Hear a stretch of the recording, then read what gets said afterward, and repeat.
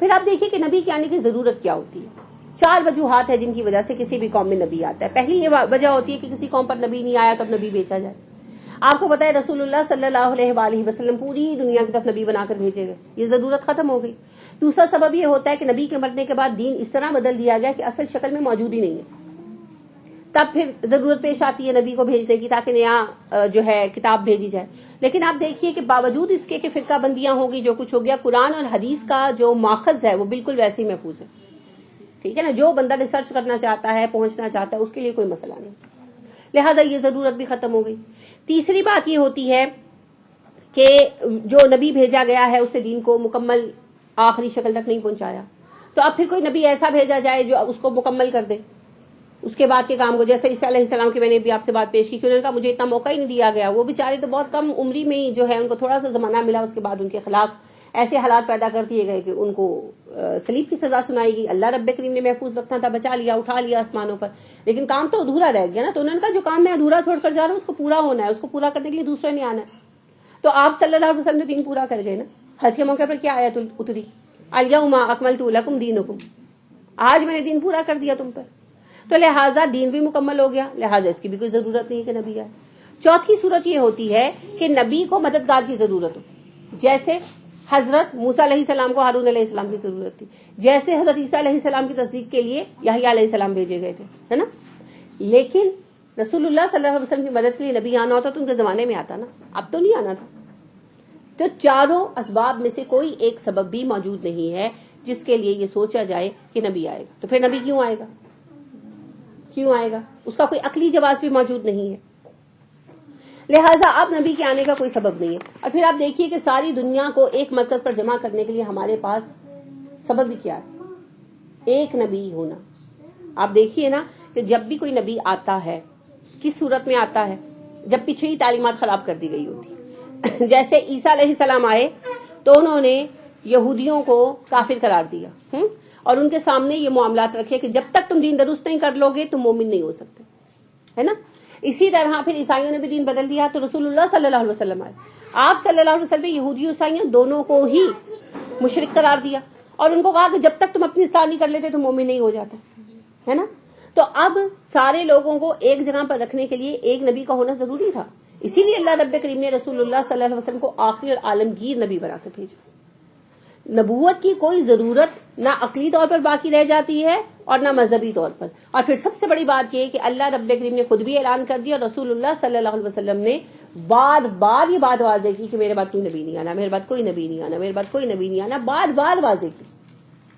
کہ اس میں کوئی شک و شبہ رہا ہی نہیں. لہٰذا صحابہ کرام رضی اللہ عنہم اس بارے میں اس قدر کلیئر تھے کہ جس نے دعوی نبوت کیا اس کے خلاف کھڑے ہو گئے اور اس کے خلاف پورا جہاد کیا, بالکل بغیر کسی قسم کی نرمی دی ہے ان کو, کسی قسم کی نرمی نہیں دی, اور سخت سزائیں دی ان لوگوں کو جنہوں نے ایسے نبیوں کو سپورٹ بھی کیا. تو لہٰذا اگر ایسے نبی کی کوئی گنجائش ہوتی تو صحابہ پہلے پتہ کرتے نا کہ جا کے کہ مور نبوت اس کو رسول اللہ صلی اللہ علیہ وسلم نے اسٹیمپ کیا کہ نہیں کیا اپنی مہر کے ساتھ, ہے نا. تو اگر اسٹیمپ کیا تو پھر تو جھگڑے کی ضرورت ہی کیا تھی, کیونکہ مسلمانوں نے جو سخت ترین جنگیں لڑی ان میں ایک بہت سخت جنگ مسلمہ قذاب کے خلاف لڑی جانے والی جنگ تھی. آپ کو پتا ہے کہ اس میں 700 قاری اور 70 حفاظ شہید ہوئے تھے. بہت شدید جنگ تھی کیونکہ جو اس کے ساتھی تھے وہ اپنے آپ کو سچا سمجھ رہے تھے نا. لہٰذا اس جنگ میں ایک وقت وہ آیا تھا کہ مسلمان سمجھنے لگے تھے کہ شاید ہم ان پر غالب نہیں آ سکیں, یعنی اتنی شدید جنگ تھی, جنگ یمامہ. لہٰذا پھر اس کے جیتنے کا صحرا حضرت وحشی رضی اللہ عنہ کے ساتھ رہا کہ انہوں نے, ان کو نظر آ گیا مسلمہ قذاب تو انہوں نے اس کو تیر مارا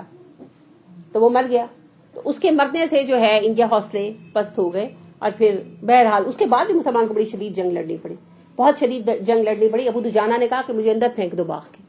تو صحابہ نے کہا کہ نہیں آپ تو مارے جائیں گے, انہوں نے کہا جو بھی ہوگا تو مجھے پھینک دو. تو بہرحال انہوں نے ابو دجانہ کو باغ کی دیوار سے پار باغ کے اندر یعنی کہ پھینک دیا. تو انہوں نے پھر جو ہے دروازہ کھولا بہت شدید جنگ کے بعد, لیکن ان کی ایک ٹانگ مستقل ناکارہ ہو گئی تھی. تو بہت قربانیاں دی مسلمانوں نے, یہاں تک کہ صورتحال اتنی شدید بنی کہ حضرت خالد بن ولید کو حضرت ابو بکر صدیق نے پھر اس لشکر کی مدد کے لیے بھیجا کہ خالد تم جاؤ, وہاں پر مسلمان ابھی تک کامیاب نہیں ہو سکے. تو یمامہ بہت شدید جنگ تھی. اسی کے بعد پھر عمر فاروق رضی اللہ عنہ نے یہ تجویز بھی پیش کی کہ قرآن کو کتابی شکل میں لایا جائے. یہ ایسی شدید جنگ تھی. تو اگر یہ ایک آپشن ہوتا تو مسلمان یہ نہ کرتے کہ پہلے چیک کر لیتے کہ اس کو رسول اللہ صلی اللہ علیہ وسلم کی طرف سے اجازت ملی ہوئی ہے تو پھر تو ہم ذلی نبی مانے سکون سے بیٹھ جائیں, ہمیں کیا ضرورت ہے جنگیں کرنے کی. ابھی تو وقت بھی نہیں تھا, اس وقت تو شدید حالات تھے, مرتد بھی موجود تھے, منکرین زکات بھی موجود تھے, روم والوں کے حملے کا بھی خدشہ تھا, کوئی ایک مصیبت تھی مسلمانوں کے لیے. لیکن ان کو اس بات میں کوئی شک و شبہ نہیں تھا کہ جس نے بھی کہا میں نبی ہوں, جس سینس میں بھی کہا جھوٹ کا,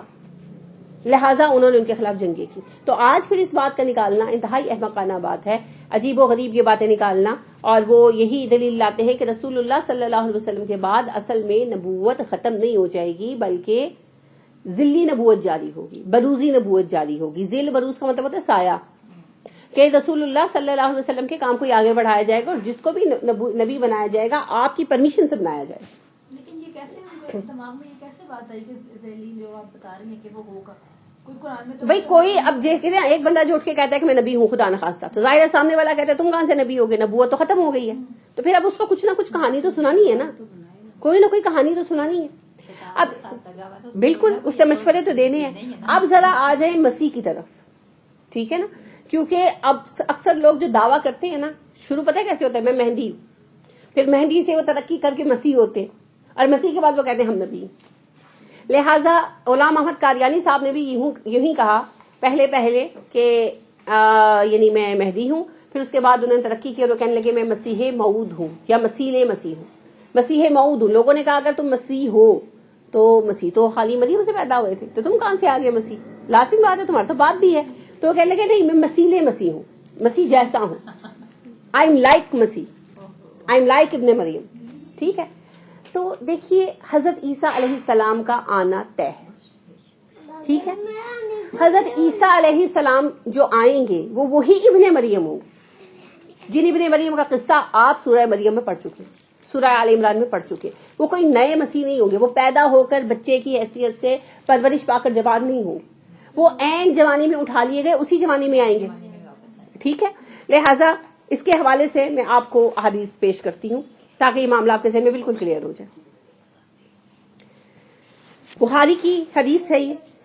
اس کے علاوہ یہی حدیث مسلم میں بھی آئی, ترمذی میں بھی آئی, مسند احمد میں بھی آئی. ٹھیک ہے.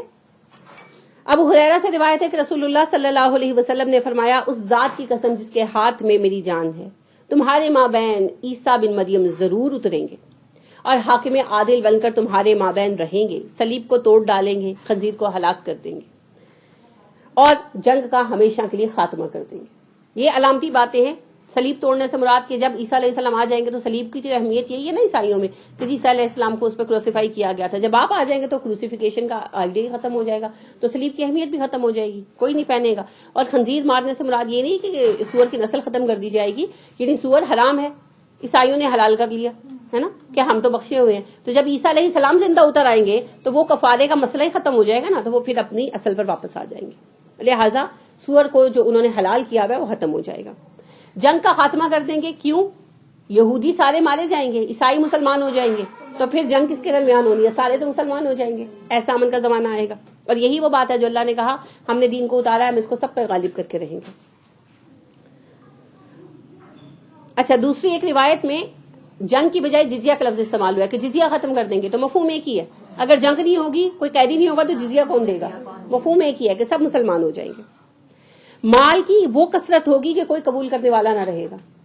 اللہ اتنی برکت اتاریں گے. رسول اللہ صلی اللہ علیہ وسلم اس بارے میں بتا چکے ہیں, ہم احادیث پڑھ چکے ہیں کہ ایک انار پوری جماعت کے لیے کافی ہوگا, ایک بکری کا دودھ 10 لوگوں کے گروہ کے لیے کافی ہوگا. تو اسی میں آپ صلی اللہ علیہ وسلم فرماتے ہیں کہ مال کی وہ کثرت ہوگی کہ کوئی لینے والا نہیں رہے گا, اور حالت یہ ہو جائے گی کہ لوگوں کے نزدیک خدا کے حضور ایک سجدہ کرنا دنیا اور اس کے تمام اشیاء سے, دنیا و مافیہا سے بہتر ہو جائے گا. کہ اللہ کی محبت لوگوں میں ایسی راسخ ہو جائے گی کہ ایک سجدہ کرنا ان کے لیے پوری دنیا کی چیزوں سے بڑھ کر قیمتی ہو جائے گا. ایک اور روایت میں ابو ہریرہ رضی اللہ عنہ ہی کی یہ روایت ہے, اس کو وہ بیان کرتے ہیں, یہ بخاری میں بھی آئی, مسلم میں بھی آئی, اور اس کے علاوہ بھی یہ مسند احمد میں آئی ہے, کہ وہ بیان کرتے ہیں کہ رسول اللہ صلی اللہ علیہ وسلم نے فرمایا تم لوگ کیسا محسوس کرو گے اس وقت جب تمہارے درمیان ابن مریم موجود ہوں گے اور امام تمہارے مابین تمہارا ہوگا. عیسیٰ بن مریم تمہارے مابین موجود ہوں گے اور نماز کی امامت تمہارا بندہ کرائے گا, تمہیں اس وقت کیسا محسوس ہوگا. اسی طرح ابو ہریرہ ہی کی روایت ہے یہ بھی, اور اس کو مسند احمد نے روایت کیا, مسلم نے روایت کیا, کہ رسول اللہ صلی اللہ علیہ وسلم نے فرمایا عیسیٰ بن مریم تمہارے مابین اتریں گے، خنزیر کو قتل کر دیں گے، صلیب مٹا دیں گے، ان کے لیے نماز جمع کی جائے گی مطلب کہ ان کے لوگ اکٹھے کیے جائیں گے، جماعت کی جائے گی، اور وہ اتنا مال تقسیم کریں گے کہ کوئی لینے والا نہیں رہے گا، خراج ساقط کر دیں گے، یہ میں پہلے ہی عرض کر چکی ہوں، خراج جزیہ کی بات ہے، اور روحا کے مقام پر وہ منزل کر کے وہاں سے حج یا عمرہ کریں گے یا پھر دونوں ہی کریں گے۔ روحا جو ہے مدینہ سے تھوڑی دور مقام ہے، مقام روحا۔ رسول اللہ صلی اللہ علیہ وسلم جب ہجرت کر کے آئے تھے تو آپ صلی اللہ علیہ وسلم کا قباء سے روانہ ہونے کے بعد جو مقام تھا روحا، مقام روحا تک پہنچتے تھے تو مدینہ والوں کو پتہ چل جاتا تھا کہ مدینہ آ گئے، تو یعنی کہ حضرت عیسیٰ علیہ السلام جو ہیں وہ مدینہ میں آئیں گے، اسٹے کریں گے، پھر وہ جب مکہ جانے لگیں گے تو روحا کے مقام سے تیاری شیاری کریں گے، تو آپ صلی اللہ علیہ وسلم نے اسی کے متعلق کہا کہ روحا کے مقام سے جائیں گے اور حج کریں گے یا عمرہ کریں گے یا پھر دونوں کریں گے۔ اسی طرح مشکات کی حدیث ہے اور مسلم کی بھی حدیث ہے، کتاب الملاحم کی، ابو ہریرہ کہتے ہیں کہ ہم دجال کے نکلنے کا ذکر رسول اللہ صلی اللہ علیہ وسلم فرما رہے تھے، تو وہ تفصیل میں آپ نہیں آؤں گی نا، میں صرف حضرت عیسیٰ کے حوالے سے حصے بیان کر رہی ہوں۔ تو آپ صلی اللہ علیہ وسلم نے دجال کے ذکر کرتے ہوئے بیان فرمایا کہ اسی دوران میں مسلمان اسے لڑنے کی جب تیاری کر رہے ہوں گے، صفے باندھ رہے ہوں گے، نماز کے لیے تکبیر اور اقامت کہی جا رہی ہوگی، جب عیسیٰ بن مریم نازل ہوں گے، نماز میں مسلمانوں کی امامت کریں گے، اور اللہ کا دشمن یعنی دجال ان کو دیکھتے ہی پگھل جائے گا، اس طرح جیسے نمک پانی میں گھلنا شروع ہو جاتا ہے، اگر آپ قتل نہ بھی کریں تو وہ اسی طرح گھل جائے، مگر عیسیٰ علیہ السلام اللہ کے حکم سے اسے اپنے حربے سے یعنی لمبے نیزے سے قتل کریں گے اور وہ اس پر لگا ہوا خون مسلمانوں کو دکھائیں گے۔ ابو ہریرہ رضی اللہ عنہ کی ہی یہ حدیث ہے، ابو داؤد میں یہ روایت ہوئی اور مسند احمد میں بھی آئی کہ ابو ہریرہ سے روایت ہے کہ رسول اللہ صلی اللہ علیہ وسلم نے فرمایا میرے اور عیسیٰ کے درمیان کوئی نبی نہیں ہے۔ پہلے عیسیٰ علیہ السلام تھے نا، پھر ان کے 1000 سال کے زمانے کے بعد رسول اللہ صلی اللہ علیہ وسلم کا زمانہ ہے، آپ کہتے ہیں میرے اور عیسیٰ کے بعد کے درمیان کوئی نبی نہیں ہے، اور یاد رکھو وہ دوبارہ اترنے والے ہیں، پس جب تم ان کو دیکھو تو ان کو پہچان لینا، وہ ایک درمیانہ قد کے آدمی ہیں، ان کا رنگ سرخی سفیدی ملا ہوا ہے، سرخی مائل سفیدی رنگ ہے، وہ زرد رنگ کے 2 کپڑے پہنے ہوئے ہوں گے، ٹھیک ہے، وہ زرد رنگ کے 2 کپڑے پہنے ہوئے ہوں گے، ان کے سر کے بال ایسے ہوں گے کہ جیسے پانی ٹپکنے والا ہو، سیٹ ویٹ جیل ہے نا، ان کے سر کے بال ایسے ہوں گے کہ گویا پانی ٹپکنے والا ہو، حالانکہ وہ بھیگے ہوئے نہیں ہوں گے، بال بھیگے ہوئے نہیں ہوں گے، مگر ان کی لک جو ہے نا وہ گیلی ہوگی۔ وہ لوگوں پر اسلام پر جنگ کریں گے، یعنی یا اسلام قبول کر لو یا مر جاؤ، جزیہ ساقط کر دیں گے نا، اور صلیب کو پاش کر دیں گے، خنزیر کو قتل کر دیں گے، جزیہ ختم کر دیں گے، اللہ ان کے زمانے میں اسلام کے سوا ساری ملتوں کو مٹا دے گا، اور وہ مسیح دجال کو ہلاک کریں گے، زمین میں 40 سال تک ٹھہریں گے، پھر ان کا انتقال ہو جائے گا اور مسلمان ان کی نماز جنازہ پڑھائیں گے۔ حضرت جابر بن عبداللہ کی روایت ہے، اس کو مسلم نے بیان کیا اور مسند احمد نے بیان کیا کہ رسول اللہ صلی اللہ علیہ وسلم سے میں نے سنا، میں پھر آخری حصہ بیان کر رہی ہوں، باقی پہلی تفصیل میں ساری نہیں دے رہی، کہ عیسیٰ علیہ السلام نازل ہوں گے، عیسیٰ بن مریم نازل ہوں گے، مسلمانوں کا امیر ان سے کہے گا کہ آئیے نماز پڑھائیے، مگر وہ کہیں گے کہ نہیں، تم لوگ خود ہی ایک دوسرے کے امیر ہو، اور وہ اس عزت کا لحاظ کرتے ہوئے یہ بات کہیں گے جو اللہ نے اس امت کو دی ہے۔ اچھا، پہلی میں آپ نے پڑھا کہ نماز پڑھائیں گے، ابھی آپ نے سنا نا، اصل میں جب پہلی مرتبہ آپ آئیں گے تو اس وقت آپ نماز نہیں پڑھائیں گے، آپ کہیں گے جو تمہارا امیر کھڑا ہو چکا تھا وہی نماز پڑھائے، اس کے بعد پھر جس وقت جس گروہ کے ساتھ آپ ہوں گے آپ نماز پڑھائیں گے، ٹھیک ہے۔ جابر بن عبداللہ کی حدیث ہے، اسے مشکات نے بیان کیا کتاب الفتن میں، اور علامہ بغوی نے بھی اسے اپنی کتاب میں بیان کیا شرح السنہ میں، کہ جابر بن عبداللہ ابن سیاد کا قصہ سناتے۔ ابن سیاد یاد ہے نا آپ کو کہ وہ ایک یہودی لڑکا تھا جو بڑی کہتا تھا مجھے غیب کی باتیں پتہ چلتی ہیں، تو صحابہ کو کچھ شک تھا کہ شاید یہ دجال ہے، تو اسی کے حوالے سے کہ روایت کرتے ہیں کہ عمر بن خطاب نے عرض کیا یا رسول اللہ صلی اللہ علیہ وسلم مجھے اجازت دیجیے کہ میں ابن سیاد کو قتل کر دوں۔ آپ صلی اللہ علیہ وسلم نے فرمایا اے عمر، اگر یہ دجال ہے تم اسے قتل نہیں کر سکتے، اسے تو عیسیٰ بن مریم قتل کریں گے، اور اگر یہ وہ شخص نہیں ہے تو ایک ذمی کو قتل کرنے کا تمہیں کوئی حق نہیں پہنچتا، یعنی آپ صلی اللہ علیہ وسلم نے وضاحت کی عیسیٰ بن مریم ہی اس کو قتل کریں گے۔ جابر بن عبداللہ کی حدیث ہے، وہ بیان کرتے ہیں کہ دجال کا قصہ بیان کرتے ہوئے رسول اللہ صلی اللہ علیہ وسلم نے فرمایا کہ جب دجال کے ہاتھوں مسلمان سخت پریشان ہوں گے، اس وقت یکایک عیسیٰ بن مریم کا نزول ہوگا، وہ مسلمانوں کے مابین آ جائیں گے، نماز کھڑی ہوگی اور ان سے کہا جائے گا کہ اے روح اللہ آپ آگے آئیں اور نماز پڑھائیں، لیکن وہ کہیں گے کہ نہیں، تمہارے ہی امام کو آگے بڑھنا چاہیے، وہی نماز پڑھائے، نماز اسی کے لیے کھڑی ہوئی تھی۔ پھر صبح کی نماز سے فارغ ہو کر مسلمان دجال کے مقابلے پر نکلیں گے اور آپ صلی اللہ علیہ وسلم نے فرمایا جب وہ قذاب حضرت عیسیٰ علیہ السلام کو دیکھے گا تو گھلنے لگے گا جیسے نمک پانی میں گھلنے لگتا ہے، اور آپ اس کی طرف بڑھیں گے اور اسے قتل کر دیں گے، اور حالت یہ ہوگی کہ درخت اور پتھر پکار اٹھیں گے کہ اے روح اللہ، یہ یہودی میرے پیچھے چھپا ہوا ہے، دجال کے پہلوؤں میں سے یعنی یہودیوں میں سے کوئی بھی نہیں بچے گا جسے عیسیٰ قتل نہ کر دے، یعنی مسلمانوں کے ہاتھوں سارے یہودی مارے جائیں گے، یہودی نسل کا خاتمہ ہو جائے گا۔ حضرت نواس بن سمان کی یہ حدیث ہے جو میں اب عرض کرنے لگی ہوں، یہ مسلم میں آئی، ابو داود میں آئی، ترمذی میں آئی، ابن ماجہ میں آئی۔ وہ بیان کرتے ہیں دجال کا قصہ بیان کرتے ہوئے کہ جب دجال یہ سارے کام کر رہا ہوگا اسی وقت اللہ تعالیٰ عیسیٰ بن مریم کو بھیج دے گا۔ وہ دمشق کے مشرقی حصے میں سفید مینار کے پاس زرد رنگ کے 2 کپڑے پہنے ہوئے 2 فرشتوں کے بازوؤں پر ہاتھ رکھے ہوئے اتریں گے۔ ٹھیک ہے، واضح ہو گیا نا۔ جامعہ دمشق آپ کے زمانے میں نہیں بنی تھی، یہ امیر معاویہ نے بنوائی، اموی دور کی تعمیر ہے، مگر آپ صلی اللہ علیہ وسلم نے اسی زمانے میں کہا کہ دمشق کے مشرقی حصے میں ایک سفید مینار پر اتریں گے۔ وہ مینار آج بھی قائم ہے اور رہیں گے کیونکہ ان کا ایک خاص رول ہے۔ تو جامعہ دمشق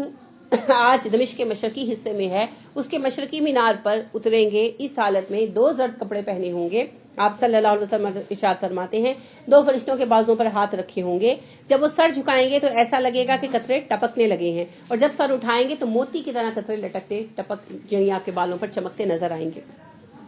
ان کے سانس کی ہوا جہاں تک پہنچے گی کوئی کافر زندہ نہیں رہے گا ان کے سانس کے سبب سے، اور ان کے سانس کی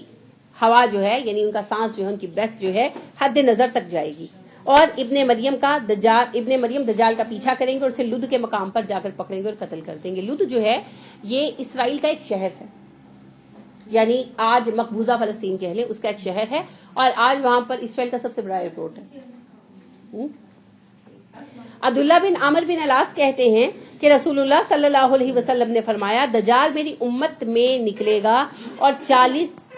کا عرصہ رہے گا۔ تو راوی جو ہے عبداللہ بن عمر وہ کہتے ہیں کہ مجھے نہیں پتا 40 دن کہا یا 40 سال کہا یا 40 مہینے کہا، زیادہ خیال جو ہے وہ 40 دن کا ہے۔ پھر اللہ عیسیٰ بن مریم علیہ السلام کو بھیجے گا، ان کا حلیہ عروہ بن مسعود جیسا ہوگا۔ عروہ بن مسعود ایک صحابی تھے نا، عبداللہ بن مسعود کے بھائی تھے، تو ان کے ساتھ ملتا جلتا ہوگا۔ وہ اس کا پیچھا کریں گے اور اسے ہلاک کر دیں گے، پھر 7 سال تک لوگ اس حال میں رہیں گے کہ 2 آدمیوں کے مابین کوئی عداوت نہیں ہوگی۔ ٹھیک ہے، یعنی ایسا آپس میں اتحاد اور پیار ہو جائے گا۔ حذیفہ بن اسید الغفاری کی حدیث ہے، اسے مسلم نے بیان کیا اور ابو داؤد نے بیان کیا، دونوں کی کتاب الفتن اور کتاب الملاحم میں یہ حدیث آئی ہے کہ ایک مرتبہ نبی کریم صلی اللہ علیہ وسلم ہماری محفل میں تشریف لائے، ہم آپس میں گفتگو کر رہے تھے۔ آپ صلی اللہ علیہ وسلم نے پوچھا کیا باتیں ہو رہی ہیں؟ ہم نے کہا جی قیامت کا ذکر کر رہے تھے۔ آپ صلی اللہ علیہ وسلم نے فرمایا قیامت ہرگز قائم نہ ہوگی جب تک اس سے پہلے 10 نشانیاں ظاہر نہ ہو جائیں، اور نشانیاں کیا ہیں آپ پہلے بھی سن چکے، دھواں، دجال کا ظہور، دابت الارض کا نکلنا، سورج کا مغرب سے طلوع ہونا، عیسیٰ بن مریم کا نازل ہونا، یاجوج اور ماجوج، 3 بڑے خسف یعنی زمین میں دھسنے کا جو لینڈ سلائڈ کے واقعات، ایک مشرق میں ایک مغرب میں اور ایک جزیرۃ العرب میں، زمین میں ایک زبردست آگ کا نکلنا جو لوگوں کو حشر کی طرف محشر کی طرف ہانکے گی۔ تو عیسیٰ بن مریم کا نزول قیامت کی نشانیوں میں سے ہر نزول کا آپ نے کیفیت پڑھ لی کہ جب مسلمان دمشق میں گھیرے گئے ہوں گے۔ اب میرے پاس بڑا نقشہ نہیں ہے ورنہ میں آپ کو دکھاتی، دمشق جو ہے اسرائیل سے صرف 60 میل کے فاصلے پر، اسرائیل کی سرحد سے۔ تو دمشق میں وہ گھیرے ہوئے ہوگا مسلمانوں کو، مسلمان قلعہ بند ہو کر بیٹھے ہوں گے اور فجر کی نماز پڑھ رہے ہوں گے، اقامت کہی جائے گی، ابھی جماعت کھڑی ہو رہی ہوگی، تو عیسیٰ علیہ السلام اتریں گے اور لوگ ان کو اترتے دیکھیں گے۔ کس طرح؟ 2 زرد کپڑے انہوں نے پہنے ہوں گے، فرشتوں کے 2 بازوؤں پر ہاتھ، 2 فرشتوں کے بازوؤں پر ہاتھ رکھے ہوں گے، ان کے بال ایسے ہوں گے کہ لگے گا پانی ٹپک رہا ہے لیکن پانی ٹپک نہیں رہا ہوگا، ٹھیک ہے، ایسے گیلی لوک ہوگی، اور وہ اتر کر آئیں گے اور اس وقت اعلان بھی اللہ کی طرف سے کیا جائے گا کہ اے مسلمانوں تمہارا مددگار آ گیا۔ لہٰذا مسلمان دیکھتے ہی پہچان جائیں گے، وہ آگے کہیں گے نہیں میں عیسیٰ ہوں میں عیسیٰ ہوں، ان کو دیکھتے ہی پہچان جائیں گے، ان کو یہ بتانا نہیں پڑے گا میں مسیح ہوں، نہیں، وہ پتا چل جائے گا مسیح علیہ السلام، دیکھتے ہی پہچان لیں گے لوگ، اور ان کو فوراً بالکل حلیہ پہچان دیا۔ آپ صلی اللہ علیہ وسلم نے کہا تم انہیں دیکھو گے پہچان لوگ، لہٰذا دیکھتے ہی پہچان لیں گے۔ اب ان کو کہا جائے گا آپ نماز پڑھائیں تو آپ کہیں گے نہیں، یہ امامت امام کے لیے کہی گئی ہے، وہی نماز پڑھائیں،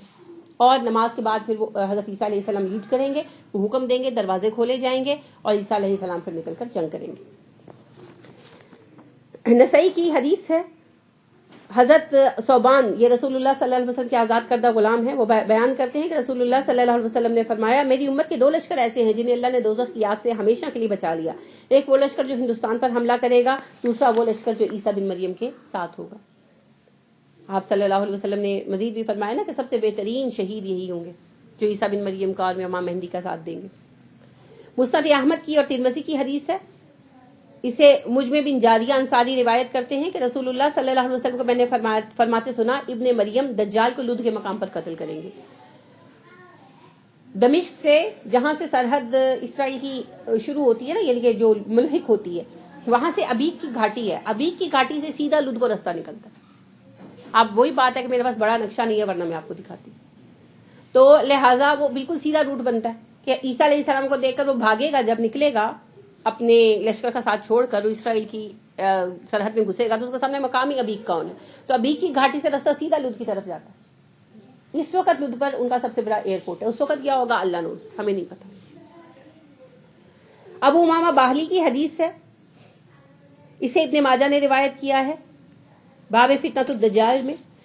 وہ بہت طویل حدیث ہے جس کا میں آپ کو آخری حصہ سنا رہی ہوں کہ دجال کا ذکر کرتے ہوئے عین اس وقت جب مسلمانوں کا امام صبح کی نماز پڑھانے کے لیے اقامت کہنے کے بعد آگے بڑھ چکا ہوگا، عیسیٰ علیہ السلام اتریں گے مسلمانوں پر، امام پیچھے پلٹ آئے گا تاکہ عیسیٰ علیہ السلام آگے اور نماز پڑھائے، مگر عیسیٰ علیہ السلام اس کے شانوں پر ہاتھ رکھ کر کہیں گے کہ نماز اقامت تمہارے لیے کہی گئی، نماز بھی تمہیں پڑھاؤ۔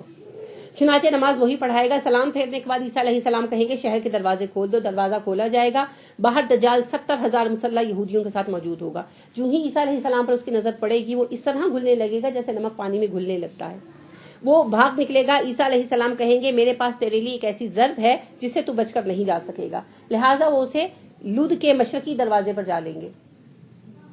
اور اللہ یہودیوں کو شکست دے گا، زمین مسلمانوں سے اس طرح بھر جائے گی جیسے برتن پانی سے بھر جاتا ہے کہ ذرا سا ہلا تو پانی گرنے لگ جائے گا، سب کا کلمہ ایک ہو جائے گا اور اللہ کے سوا دنیا میں کسی کی عبادت نہیں ہوگی۔ عثمان بن ابی العاص جو ہیں ان کی روایت ہے، اس کو طبرانی نے، مسند احمد نے، حاکم نے روایت کیا کہ رسول اللہ صلی اللہ علیہ وسلم کو فرماتے سنا۔ اب پھر میں پہلا سارا حصہ جو ہے وہ ختم کر رہی ہوں، حضرت امام مہدی کا اور سارا دجال کے ظہور کا، میں صرف عیسیٰ بن مریم کے آپ کو سنا رہی ہوں کہ عیسیٰ ابن مریم علیہ السلام فجر کی نماز کے وقت اتریں گے، مسلمانوں کا امیر ان سے کہے گا کہ اے روح اللہ آپ نماز پڑھائیے، وہ جواب میں کہیں گے کہ اس امت کے لوگ خود ہی ایک دوسرے پر امیر ہیں لہٰذا نماز آپ ہی پڑھائیں، تو مسلمانوں کا امیر جو ہے وہ نماز پڑھائے گا، نماز سے فارغ ہونے کے بعد عیسیٰ علیہ السلام اپنا حربہ یعنی نیزہ جو ہے وہ سنبھالیں گے اور دجال کی طرف چلیں گے، جب وہ انہیں دیکھے گا تو نمک کی طرح پگھلنے اور گھلنے لگے گا، عیسیٰ علیہ السلام اپنے حربے سے اس کو ہلاک کر دیں گے، اس کے ساتھی شکست کھا کر بھاگیں گے مگر کہیں بھی چھپنے کو جگہ نہیں ملے گی، حتیٰ کہ درخت پکاریں گے کہ اے مومن میرے پیچھے یہ کافر موجود ہے، اور پتھر پکاریں گے کہ اے مومن میرے پیچھے یہ کافر موجود ہے۔ مستد حاکم اور مستد احمد اور مستدرک حاکم کی ایک دوسری حدیث جو ہے یہ سمرہ بن جندب نے بیان کی ہے، وہ کہتے ہیں کہ رسول اللہ صلی اللہ علیہ وسلم کہتے ہیں کہ صبح کے وقت عیسیٰ بن مریم مسلمانوں پر اتریں گے اور اللہ دجال اور اس کے لشکروں کو ان کی وجہ سے شکست دے گا، یہاں تک کہ دیواروں اور درختوں کی جڑیں تک پکاریں گی کہ اے مومن میرے پیچھے کافر چھپا ہوا ہے، اسے مار۔ اسی طرح عمران بن حسین جو ہیں وہ بیان کرتے ہیں، مستد احمد کی حدیث ہے کہ میری امت میں ہمیشہ گروہ ایسا رہے گا جو حق پر قائم رہے گا اور مخالفین پر بھاری ہوگا، یہاں تک کہ اللہ تبارک و تعالیٰ عیسیٰ بن مریم کو بھیجیں گے۔ ہم عائشہ صدیقہ رضی اللہ تعالیٰ عنہا دجال کے قصے کو تفصیلاً بیان کرتی ہیں اور پھر آخر میں بیان کرتی ہیں کہ تب عیسیٰ علیہ السلام اتریں گے، دجال کو قتل کریں گے، اس کے بعد عیسیٰ علیہ السلام 40 سال تک زمین پر رہیں گے ایک عادل امام اور حاکم کی حیثیت سے، اسے بھی مستد احمد نے روایت کیا۔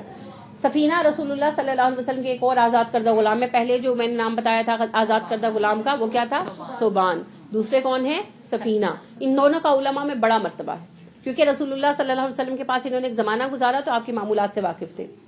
تو انہوں نے دجال کا قصہ یوں روایت کیا کہ عیسیٰ علیہ السلام نازل ہوں گے اور اللہ تعالیٰ دجال کو افیق کی گھاٹی میں قتل کرے گا۔ زیادہ تر لد کا ذکر آتا ہے تو افیق کا ایک ہی حدیث میں ذکر آیا، اصل میں اس میں کوئی اختلاف رائے نہیں ہے۔ میں نے آپ کو عرض کیا نا کہ دمشق سے جب پلٹ کر اسرائیل کی سرحد میں داخل ہونے کی کوئی کوشش کرے تو بحیرہ طبریہ اور دریائے اردن کا جوڑ آتا ہے، تو جہاں سے وہ جوڑ ہے وہاں سے افیق کا رستہ شروع ہوتا ہے، وہ پورا رستہ افیقی کہلاتا ہے، اس کو افیق کی گھاٹی کہتے ہیں، عقبۃ الافیق۔ تو افیق کے اس حصے سے گزر کر جو اگلا شہر شروع ہوتا ہے اس کا نام لد ہے، تو لہٰذا جب وہاں سے کوئی پلٹ کر اس سے نکل کر پہنچے گا تو لد پر پہنچے گا تو ابھی وہ لد میں انٹر ہو رہے ہوں گے، کیونکہ رسول اللہ صلی اللہ علیہ وسلم کے الفاظ ہیں کہ اس کے مشرقی دروازے پر عیسیٰ علیہ السلام اسے جا لیں گے، تو لہٰذا اس کے انٹر ہونے سے پہلے لد میں اس کو مار دیں گے. تو لد اور رفیق کے کہنے میں کوئی اختلاف رائے نہیں ہے. حذیفہ بن یمان ذکر کرتے ہیں دجال کا، اور یہ حدیث جو ہے اس کا مستدرک ہے، حاکم نے بھی روایت کیا، حافظ ابن حجر نے فتح الباری میں بھی اس کو روایت کیا کہ عیسیٰ بن مریم اتر آئیں گے مسلمانوں کی آنکھوں کے سامنے، وہ مسلمانوں کو نماز پڑھائیں گے، سلام پھیرنے کے بعد لوگ کہیں گے میرے اور دشمن خدا کے درمیان سے ہٹ جاؤ. اللہ دجال کے ساتھیوں پر مسلمانوں کو مسلط کر دے گا، مسلمان انہیں قتل کریں گے، یہاں تک کہ درخت اور پتھر بھی پکار اٹھیں گے کہ عبد الرحمن میرے پیچھے یہ یہودی چھپا ہوا ہے، اسے قتل کر. اس طرح اللہ انہیں قتل کر دے گا، فنا کر دے گا، مسلمان غالب ہوں گے اور صلیب کو توڑ دیں گے. یہ میں نے آپ کو ساری اتھینٹک احادیث بتا دی ہیں. اب اس میں آپ یہ دیکھیے کہ عیسیٰ بن مریم کا نزول کیسے ہے. مسلمان اقامت کہہ کر نماز کے لیے کھڑے ہو رہے ہوں گے جب عیسیٰ علیہ السلام اتریں گے. اب اس میں نہ کوئی نئی پیدائش ہے اور نہ کوئی نیا سلسلہ ہے. اب جو بھی بندہ آج، پہلی بات یہ کہ عیسیٰ علیہ السلام وہی عیسیٰ ہیں جو پیدا ہوئے تھے 2500 سال پہلے، ٹھیک ہے. دوسری بات یہ ہے کہ عیسیٰ علیہ السلام نے دمشق میں اترنا ہے. تیسری بات اس وقت اترنا ہے جب دجال گھیر کر کھڑا ہوگا اور مسلمانوں کو کوئی رستہ نظر نہیں آ رہا ہوگا. اس سے پہلے عیسیٰ علیہ السلام کا کوئی کام نہیں ہے، لہٰذا وہ پہلے سے آ کر نہیں بیٹھ جائیں گے. تو پہلی بات یہ ہے کہ غلام احمد قادیانی صاحب تو پیدا ہوئے، تو وہ پھر وہ عیسیٰ کیسے ہو سکتے؟ اور جی بالکل. دوسری بات یہ کہ دجال کہاں ہے جس کا مقابلہ کرنا تھا، جس کے لیے عیسیٰ علیہ السلام نے آنا تھا. اور پھر عیسیٰ علیہ السلام نے تو دمشق میں سفید مینار پر اترنا تھا. سفید مینار کا کام تو آسان رہا، بعد میں انہوں نے قادیان میں سفید مینار بنا لیا، لیکن باقی مسئلوں کا کیا حل کرتے. تو چلیں میں اس بات کو ختم کرتے ہوئے آپ کو جو ہے نا ان کی ایک دو کتاب کے حوالے پیش کرتی ہوں کہ انہوں نے ان مسائل کو کیسے حل کیا. کیونکہ یہ مسائل تو لوگوں نے بھی پوچھے نا کہ عیسیٰ بن مریم نے آنا تھا تو آپ کیسے عیسیٰ بن مریم ہوئے. تو وہ اپنی کتاب کشتی نوح میں بیان کرتے ہیں، صفحہ نمبر 87، 88، 89، یعنی کہ 70، 87، 88، 89. قادیانی جی غلام محمد صاحب خود بتا رہے ہیں. وہ کہتے ہیں اس نے یعنی اللہ تعالیٰ نے براہین احمدیہ کے تیسرے حصے میں میرا نام مریم رکھا. براہین احمدیہ ان لوگوں کی مین مذہبی کتاب ہے نا. اب جو اس پر اعتراضات لوگوں نے کیے، لازمی بات ہے علماء بیٹھے تھے، انہوں نے اعتراضات کیے کہ تم اپنے آپ کو کیسے مریم کہتے، عیسیٰ کہتے ہو، عیسیٰ بن مریم تو ایک ہی ہیں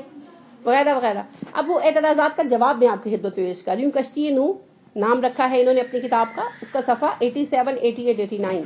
اس کی میں ایک آپ کے سامنے پیراگراف پیش کر رہی ہوں. غلام احمد صاحب فرماتے ہیں اس نے یعنی اللہ تعالیٰ نے براہین احمدیہ کے تیسرے حصے میں میرا نام مریم رکھا. ٹھیک ہے، 2 لاکھ. پھر جیسا کہ براہین احمدیہ سے ظاہر ہے 2 برس تک صفت مریمیت میں میں نے پرورش پائی. 2 برس تک صفت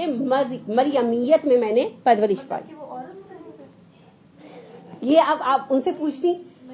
بھئی میں کیا کہہ سکتی ہوں، جو میں پڑھ رہی ہوں آپ بھی پڑھ رہی ہیں. پھر مریم کی طرح عیسیٰ کی روح مجھ میں پھونک دی گئی، نفخ کر دی گئی.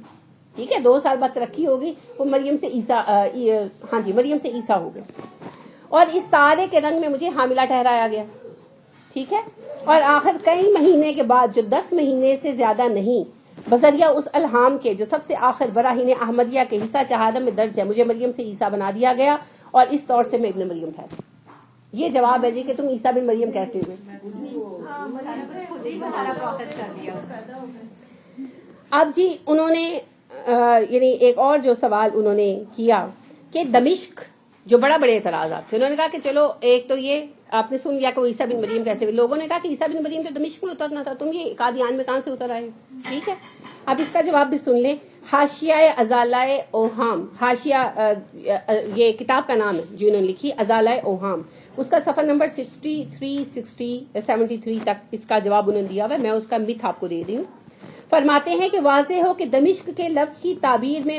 میرے اوپر من جانب اللہ یہ ظاہر کیا گیا کہ اس جگہ ایسے قصبے کا نام دمشق رکھا گیا ہے جس میں ایسے لوگ رہتے ہیں جو یزیدی الطبع اور یزید پلید کی عادات و خیالات کے پیرو ہیں. لہٰذا یہ قصبہ قادیان بوجہ اس کے کہ اکثر یہاں کے لوگ یزیدی الطبع ہیں اور اس میں سکونت رکھتے ہیں، دمشق سے مناسبت اور مشابہت رکھتا ہے. لہٰذا دمشق کا مسئلہ بھی حل ہو گیا. سارا کچھ اللہ سے دھرا ہی نہیں. اور باقی رہ گئی آخری بات یہ کہ لد کے مقام پر انہوں نے جو ہے قتل کرنا تھا دجال کو، تو اس کا بھی انہوں نے یہ جواب دیا آپ دیکھیے کہ ان کی جو ازالہ اوہام کا صفحہ نمبر 220 میں وہ ارشاد فرماتے ہیں کہ جو ان کو قتل کرنا تھا کہا گیا ان سے کہ لد ان لوگوں کو کہتے ہیں جو بے حد جھگڑا کرنے والے ہیں. یعنی انہوں نے اس پہ بار بار مختلف تعویلیں پیش کی نا، لہٰذا پہلے کہنے لگے کہ لد سے مراد ہے وہ لوگ جو جھگڑا کرنے والے ہیں، تو جب میں ان کے ساتھ مباحثہ کرتا ہوں تو نہیں، وہ مقصد پورا ہو جاتا ہے نا، جو حضرت عیسیٰ علیہ السلام کے اترنے کا مقصد تھا. تو جب لوگ کہا گیا کہ بھئی آپ لد کا یہ مفہوم کیسے نکال سکتے ہیں جبکہ لد ایک مقام کا نام ہے جہاں دجال کو قتل کیا جائے گا، تو انہوں نے کہا کہ جی دجال کے اس جھگڑے سے مراد یہ نہیں ہے کہ دجال سچ والا دجال آئے گا اور عیسیٰ علیہ السلام اسے قتل کریں گے، بلکہ مسیح تو میں ہوں، اور میں جب اپنے لوگوں کو شکست دیتا ہوں، لوگ میرے سامنے ہار جاتے ہیں، تو وہ گویا میرا دجالوں پر قابو پانا ہے. پھر آخر کار انہوں نے الہدا، ان کی ایک کتاب آئی الہدا، اس کے صفحہ نمبر 91 پر انہوں نے اس بات کو واضح کیا کہ بنیادی بات یہ ہے کہ لد سے مراد لدھیانہ ہے. لد سے مراد لدھیانہ ہے، اور اس کے دروازے پر دجال کے قتل سے مراد یہ ہے کہ سب سے پہلے میرے مخالفوں نے میرے ہاتھ پر بیعت لدھیانہ میں ہی کی تھی.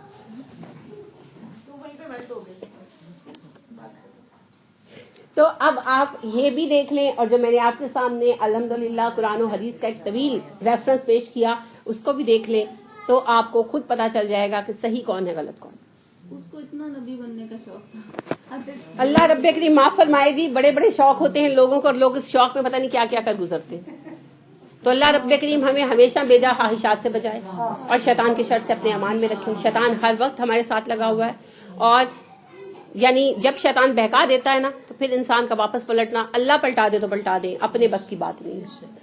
اور حالانکہ حقیقت یہ ہے کہ غلام احمد جو تھا یہ ایک عالم بندہ تھا، اور آغاز میں اس نے بڑے بڑے لوگوں سے مناظرے کر کے ان کو اسلام کے لیے یعنی تبلیغ کے کام تو نہیں کرتا تھا، عیسائی مشنریز کے ساتھ مناظرے کرتا تھا، تو ان کو شکست بھی دی، قائل کرتا تھا، ان کو لاجواب کر دیتا تھا، لیکن نوبت بائی جا رسید. تو شیطان ایسا دشمن ہے، تو ہمیشہ اللہ کی پناہ طلب کرنی چاہیے شیطان سے. اللہ ہمیں اپنی امان میں رکھے، آمین. السلام علیکم ورحمۃ اللہ وبرکاتہ. کوئی سوال